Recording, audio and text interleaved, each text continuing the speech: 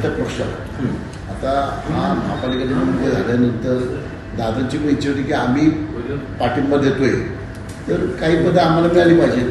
उपमहापौर पद आम्हाला मिळालं पाहिजे तर आमची पण बऱ्यापैकी संख्या आहे 22-23 नगरसेवक नगरसेवक आहेत आमचे.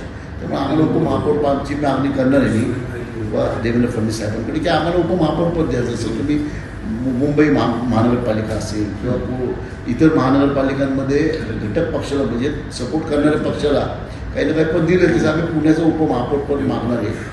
ते काय निर्णय घेतात बघू.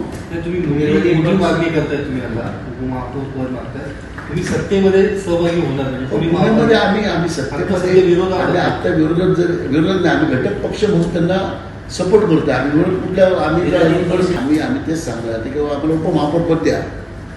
सत्तेत तुम्ही जाणार? सत्तेत म्हणजे माझी इच्छा आहे. आता पक्ष काय निर्णय घेतोय म्हणजे आमच्या पुणे जिल्ह्याचे पालकमंत्री ज्या ताई आहेत सुनेत्राताई वैदिक त्या ठरवलं की बाबा काय करायचं. पुणे महापालिकेत तुम्हाला सत्तेत वाटा हवा आहे.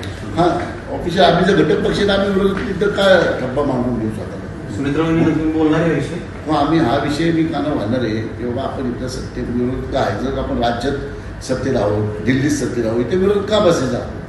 बस ते माझं काम आहे सुचवणं. मग वहिनी जो निर्णय घेतील किंवा पारदादा जो निर्णय घेतील दोघं तो अंतिम निर्णय असेल किंवा आमच्या म्हणजे संघटक जो निर्णय घेईल तो फायनल असेल. अजूनपर्यंत वहिनींकडे आलेले राष्ट्रवादीकडे होतं जे अजितदादांकडे होतं अजूनपर्यंत भाजपकडून तुमच्याकडे आलं नाहीये.